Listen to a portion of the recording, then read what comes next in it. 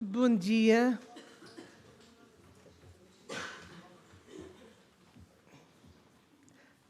Dar aqui um minuto para quem estava de pé se poder sentar.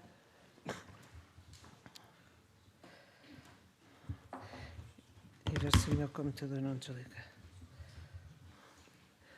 Ora, Sr. Secretário de Estado, obrigado pela sua presença. Sr. Deputado Hugo Oliveira, Vice-Presidente da Comissão de Ambiente e Energia, muito obrigado pela presença e, em seu nome, um agradecimento à Assembleia da República por nos receber neste espaço. Ao meu colega Henrique Queiroga, Presidente da Mesa da Assembleia Geral dos Biólogos, a todos os convidados presentes nesta sala, ao Sr. Presidente do Instituto de Conservação da Natureza e das Florestas, aos participantes, a nível pessoal, como autarcas, senhores vereadores aqui presentes, a todos os técnicos que trabalham na conservação da natureza, de uma maneira geral, seja do ICNF, das autarquias, de ONGs, de outras organizações, que, graças à vossa inscrição e à adesão maciça a esta iniciativa, nos levaram a organizar, de facto, a transmissão online e a fechar as inscrições para esta sala muito rapidamente.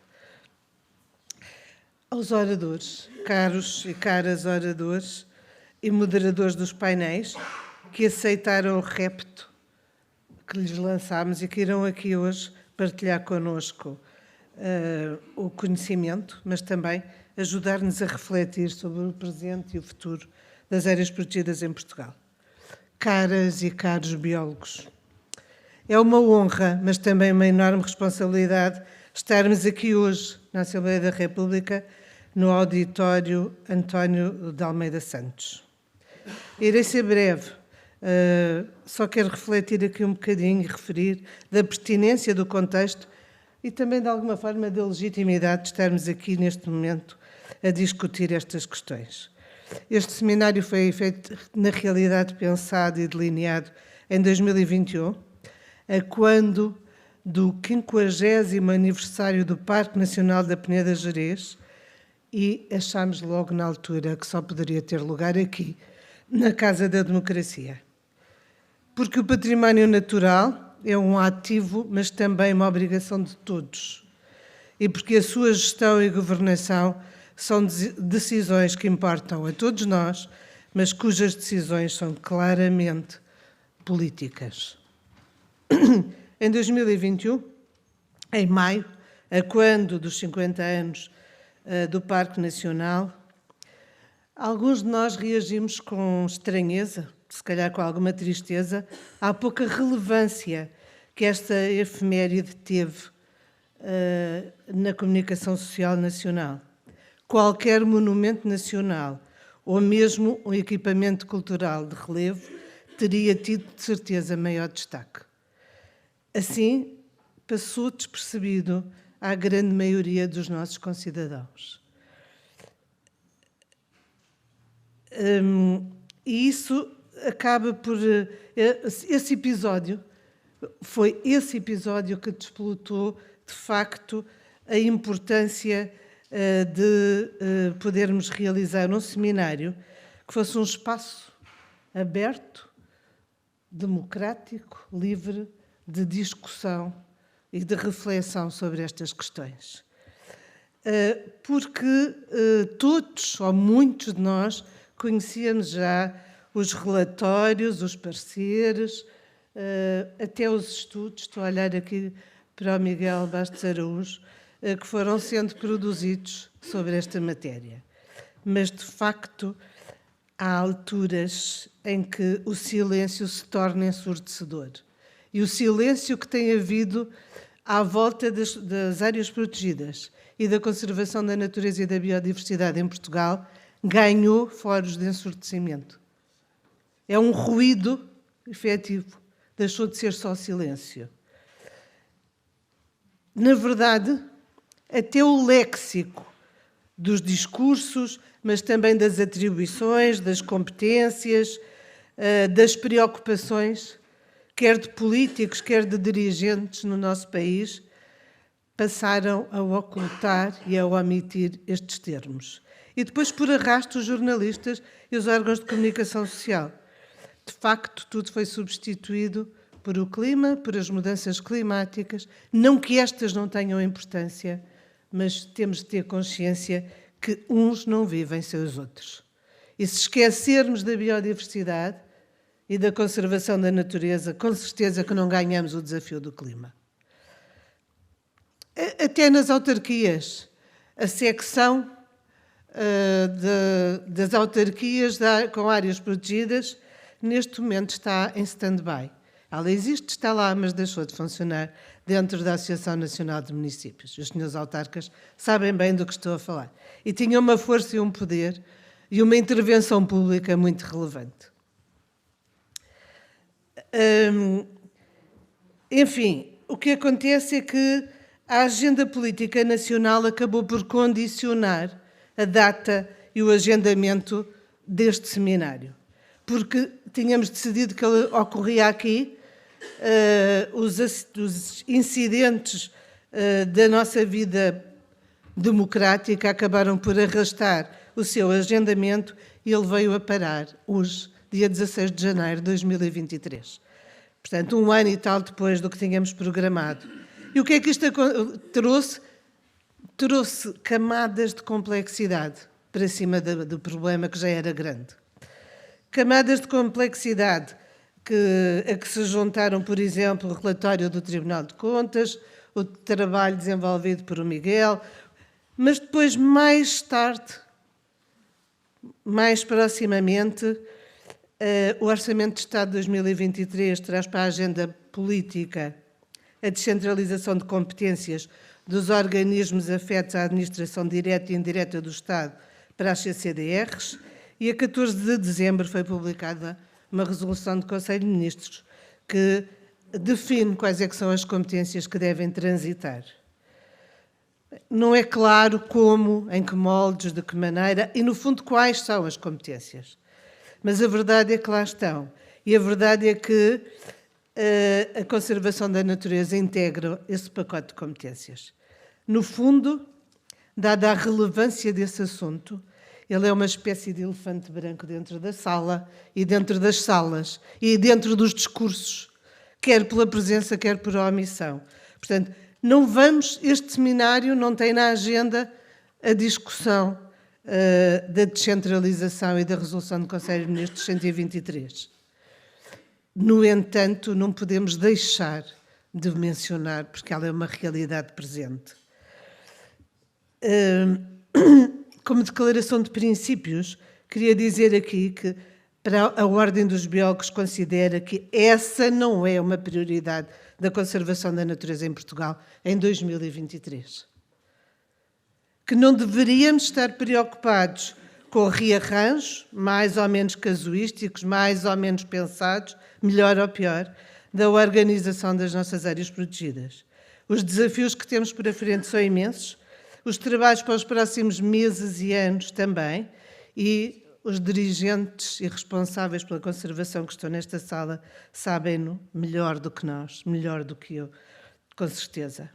Mas ainda assim gostava de deixar aqui algumas questões que são difíceis de entender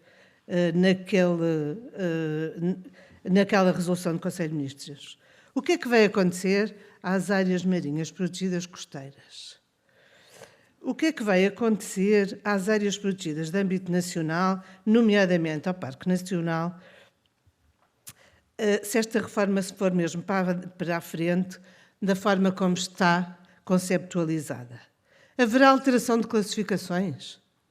Vamos mexer naquilo que é o regime jurídico da conservação da natureza adaptando mais ou menos àquilo que se pretende que seja a novo modelo de governança?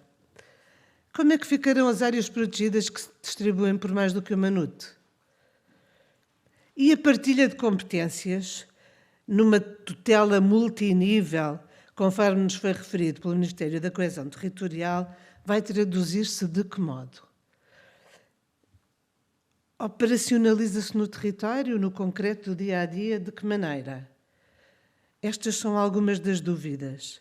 Senhor Secretário de Estado, ficamos mesmo a aguardar que possamos ter uma conversa para tentar esclarecer algumas destas questões.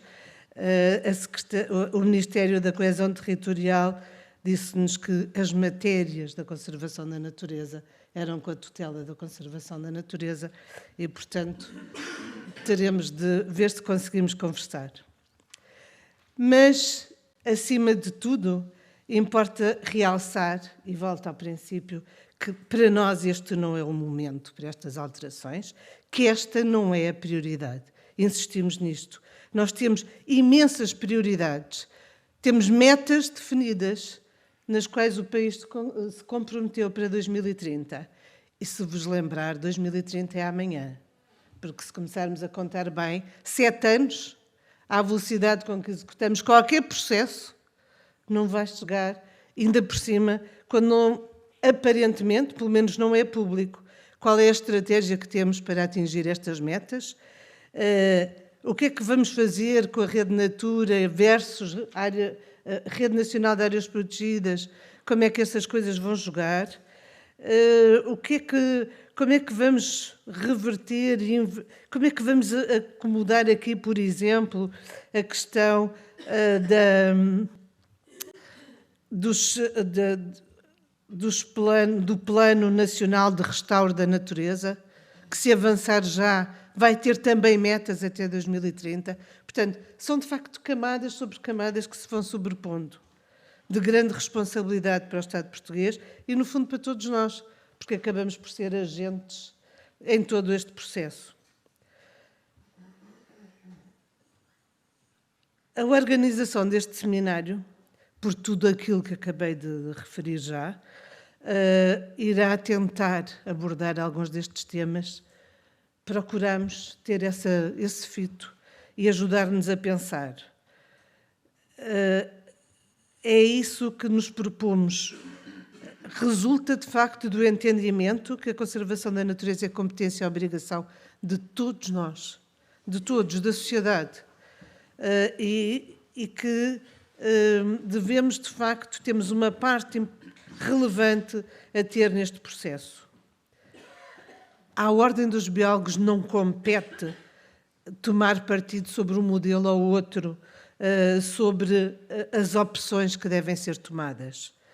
Mas não temos dúvida que temos um compromisso, até enquanto Associação de Direito Público, de ajudar e promover debates de questões que são de política pública na área do ambiente ou nas áreas de intervenção dos biólogos, que de facto sejam relevantes e importantes. E queremos só ser facilitadores deste debate.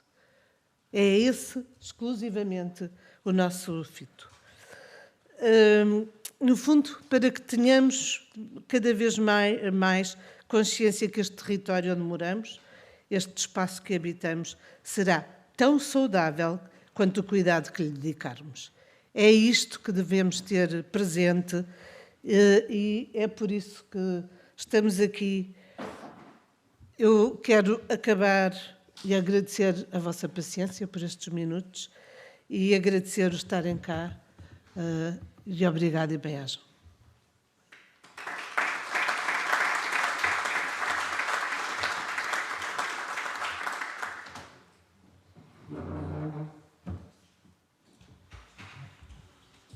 Muito bom dia a todos.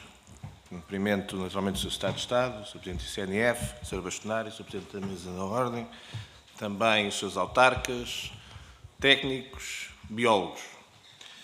Por designação do Sr. Presidente da Assembleia da República e do Sr. Presidente da Comissão de Ambiente e Energia, da qual sou Vice-Presidente, dou as boas-vindas a todos os organizadores e participantes nesta casa, que é a casa de todos. Felicito a Ordem dos Biólogos pela organização desta conferência que celebra 50 anos das áreas protegidas e que pretende refletir sobre o seu futuro, quiçá olhando para os próximos 50 anos. A 8 de maio de 1971 foi publicado o Decreto número 187, que criou o Parque Nacional da Peneda Gerês, abrindo caminho à instalação das áreas protegidas em Portugal. No ano anterior, havia sido publicada a Lei 970, de 19 de junho, referente aos parques nacionais e outros tipos de reservas, definindo as bases da política em conservação da natureza. Já depois do 25 de abril, o Decreto 613/76, de 27 de junho, criava o Serviço Nacional de Parques, Reservas e Património Paisagístico, que estaria na gênese do atual ICNF. Na década de 1970, foram lançadas as bases dos sistemas que temos hoje. Já passaram mais de 50 anos e muito foi feito desde então nesta área da política do ambiente, apesar de persistirem muitos problemas e dificuldades. Temos hoje uma rede nacional de áreas protegidas que incluem parques e reservas de norte a sul do país, bem como áreas da rede Natura 2000. E que no conjunto nos fazem ter cerca de 20% do território nacional diretamente afetos a objetivos da conservação da natureza. Temos ainda áreas marinhas protegidas, bem como territórios como outros estatutos que contribuem para a proteção da paisagem, dos valores naturais e culturais, como sejam os sítios Ramsar, as reservas da biosfera e os geoparques. Mas classificar é diferente de gerir. Colocar na lei ou em planos não significa que se cumpra, infelizmente. E depois há a questão do financiamento, ou a falta dele. Há ainda a instabilidade política e institucional, com orgânicas sempre a mudar e que tantas vezes falham face aos objetivos que se pretendem atingir. Vivemos hoje uma crise na biodiversidade com um nível de gravidade semelhante ao das alterações climáticas, como dizia a senhora Bastonári há pouco, que tem ganho maior reconhecimento e visibilidade. Mas há um decréscimo no número de espécies onde as extinções estão a aumentar. Muitos habitats são perdidos por mudanças do uso do solo, os serviços dos ecossistemas estão em erosão. O cenário está mais negro do que verde.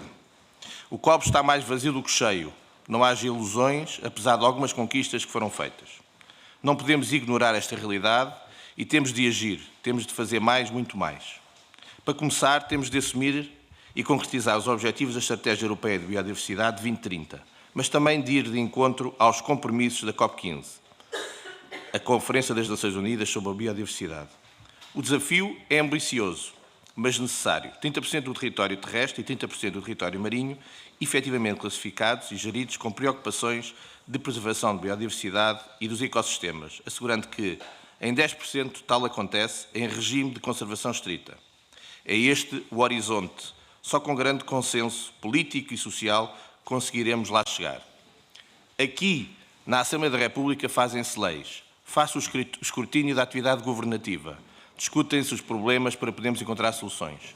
Em conjunto, os partidos e outros agentes da sociedade temos de lançar as bases para um novo ciclo de políticas de conservação da natureza, concretizando o potencial das áreas protegidas, garantindo que os seus valores naturais e culturais perduram para as próximas gerações. Em nome do Parlamento, quero fazer votos de bons trabalhos e agradecer novamente à Ordem dos Biólogos pela iniciativa. Muito obrigado.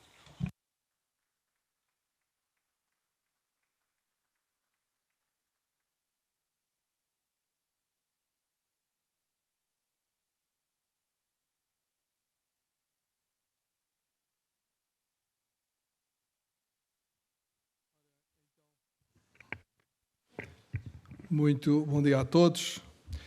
Muito excelentíssima senhora Bastonária da Ordem dos Biólogos, doutora Maria de Jesus, excelentíssimos senhores representantes dos partidos representados na Assembleia da República, muito em particular o deputado Hugo Oliveira, que está aqui connosco. Muito obrigado por se ter juntado a nós, ao Sr. Presidente do ICNF, à Academia, que está aqui muito bem representada hoje, a todos os professores, a minhas senhoras e meus senhores, a todos os presentes, colaboradores do ICNF, também aqui em grande número, minhas senhoras e meus senhores.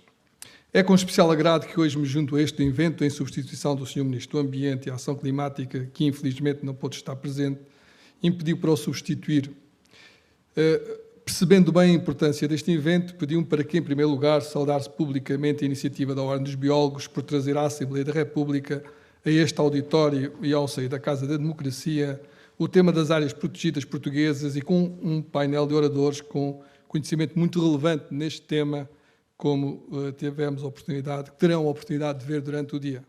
Em Portugal, a abordagem às áreas protegidas é bastante recente, se comparado com a criação do Parque Nacional do Yellowstone nos Estados Unidos da América em 1872.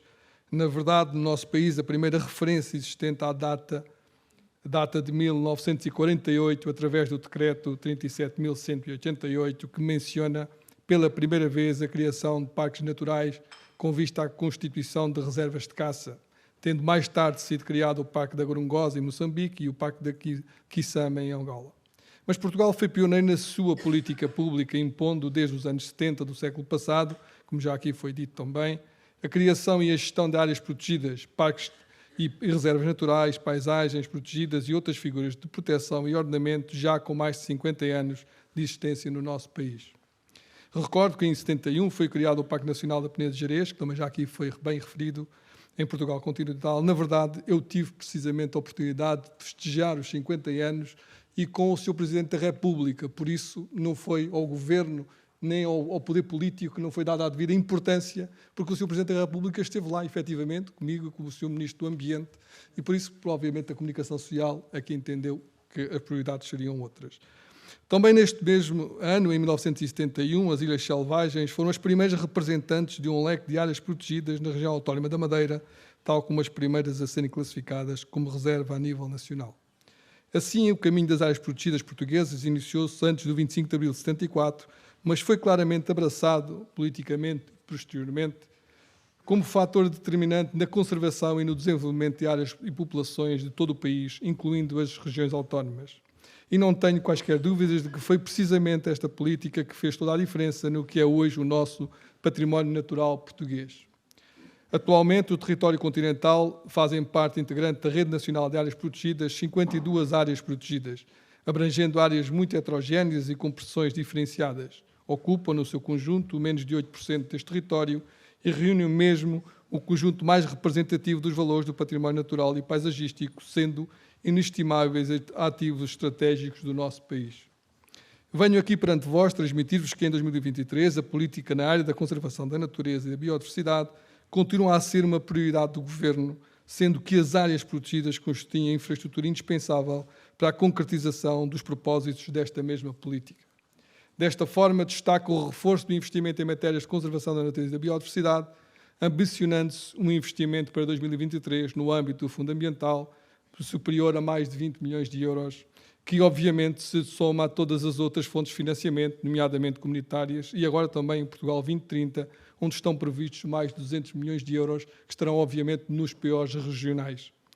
Destaco igualmente o trabalho necessário com vista à expansão das novas áreas naturais a salvaguardar, cumprindo-se o compromisso assumido pelo Estado português de proteger legalmente 30% da terra e do mar até 2030. À data, e considerando as áreas classificadas que integram a Rede Natura 2000, que em muitos casos se sobrepõem também às áreas protegidas, já temos por volta de 22% da área total terrestre de Portugal continental, com o regime de proteção.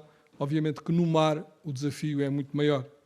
A este propósito, dou nota que a última área protegida de âmbito nacional criada foi o Monumento Natural das Portas de Ródão, já em 2009, e que mais recentemente, em 2022, 3 novas áreas protegidas, mas privadas, foram integradas na Rede Nacional de Áreas Protegidas. Contudo, o Governo e o CNF está fortemente empenhado para que ainda em 2023 tenhamos novas áreas protegidas de âmbito nacional, mais de 20 anos depois da criação das últimas em território continental.